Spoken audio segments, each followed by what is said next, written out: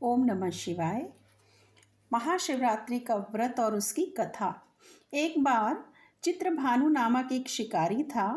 पर वह पशुओं की हत्या करके वह अपने कुटुंब का भरण पोषण करता था। वह एक साहूकार का ऋणी था, लेकिन ऋण समय पर न चुका पाने के कारण क्रोधित साहूकार ने उसको शिव मठ में बंदी बना लिया। संयोग से उस दिन शिवरात्रि थी। बंदे रहते हुए शिकारी मठ में शिव संबंधी धार्मिक बातें सुनता रहा। वहीं उसने शिवरात्रि व्रत की कथा भी सुनी। संध्या होने पर साहूकार ने उसे बुलाया और ऋण चुकाने के लिए पूछा, तो शिकारी अगले दिन सारा ऋण लौटा देने का उसने वचन दिया। साहूकार ने उसकी बात मान ली और उसे छोड़ दिया। शिकारी जंगल में शिकार के लिए निकला, लेकिन दिन भर बंदी गृह में रहने के कारण भूख प्यास से वह व्याकुल था। सूर्यास्त होने पर वह एक जलाशय के समीप गया और वहां एक घाट के किनारे एक पेड़ पर थोड़ा सा जल पीने के लिए चढ़ गया, क्योंकि उसे पूरी उम्मीद थी कि कोई ना कोई जानवर अपनी प्यास बुझाने के लिए यहाँ पर ज़रूर आएगा। वह पेड़ जो था वह बेलपत्र का था। उसी पेड़ के नीचे शिवलिंग भी था, जो सूखे बेलपत्रों से ढके होने के कारण दिखाई नहीं दे रहा था। तो शिकारी को उसका पता न चला।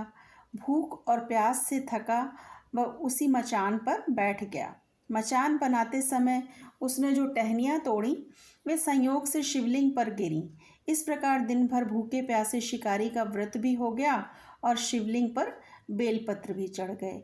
एक पहर रात्रि बीत जाने पर एक गर्भिणी मृगी तालाब पर पानी पीने पहुंची और शिकारी ने धनुष पर तीर चढ़ाकर ज्यों ही प्रत्यंचा खींची, उसके हाथ के धक्के से कुछ पत्ते एवं जल की कुछ बूंदें नीचे बने शिवलिंग पर गिर गईं और अनजाने में ही शिकारी की पहली पहर की पूजा हो गई। मृगी बोली कि मैं गर्भिणी हूँ, शीघ्र ही प्रसव करूँगी। तुम एक साथ 2 जीवों की हत्या करोगे, जो ठीक नहीं है। मैं बच्चे को जन्म देकर शीघ्र ही तुम्हारे समक्ष प्रस्तुत हो जाऊंगी, तब मार लेना। शिकारी ने प्रत्यंचा ढीली कर दी और मृगी जंगली झाड़ियों में लुप्त हो गई। कुछ ही देर बाद एक और मृगी उधर से निकली। शिकारी की प्रसन्नता का ठिकाना नहीं रहा। समीप आने पर उसने धनुष पर बाण चढ़ाया और कुछ बेलपत्र नीचे शिवलिंग पर जा गिरे और अनायास ही शिकारी की ये दूसरे पहर की पूजा भी हो गई। तब उसे देख मृगी ने विनम्रता पूर्वक निवेदन किया कि मैं थोड़ी देर पहले ऋतु से निवृत्त हुई हूँ, कामातुर विरहिणी हूँ, अपने प्रिय की खोज में भटक रही हूँ। मैं अपने पति से मिलकर शीघ्र ही तुम्हारे पास आऊँगी। और शिकारी ने भी उसे जाने दिया। एक बार शिकार को खोकर वह चिंता में पड़ गया और रात्रि का आखिरी पहर बीत रहा था। तभी एक अन्य मृगी अपने बच्चों के साथ उधर से निकली और शिकारी धनुष पर तीर चढ़ाकर छोड़ने ही वाला था कि मृगी बोली कि मैं इन बच्चों को इनके पिता के हवाले करके लौट आऊँगी। इस समय मुझे मत मारो। शिकारी हंसा और बोला, सामने आए शिकार को कैसे छोड़ दूं? मैं ऐसा मूर्ख नहीं हूँ। इससे पहले भी मैं 2 बार अपना शिकार खो चुका हूँ। मेरे बच्चे भी भूख प्यास से तड़प रहे होंगे। उत्तर में मृगी ने फिर कहा कि जैसे तुम्हें अपने बच्चों की ममता सता रही है, ठीक वैसे ही मुझे भी इनकी फिक्र है। इसलिए सिर्फ बच्चों के नाम पर मैं थोड़ी देर के लिए जीवन दान मांग रही हूँ। मेरा विश्वास करो और मैं इनके पिता के पास छोड़कर तुरंत लौटने की प्रतिज्ञा करती हूँ। मृगी का दीन स्वर सुनकर शिकारी को उस पर दया आ गई और उसने उस मृगी को भी जाने दिया। शिकार के अभाव में बेल वृक्ष पर बैठा शिकारी बेलपत्र तोड़ तोड़कर नीचे फेंकता जा रहा था। उसकी तीसरे प्रहर की भी पूजा भी स्वतः ही संपन्न हो गई। अब पौ फटने को हुई तो एक हृष्ट पुष्ट मृग उसी रास्ते पर आया और शिकारी ने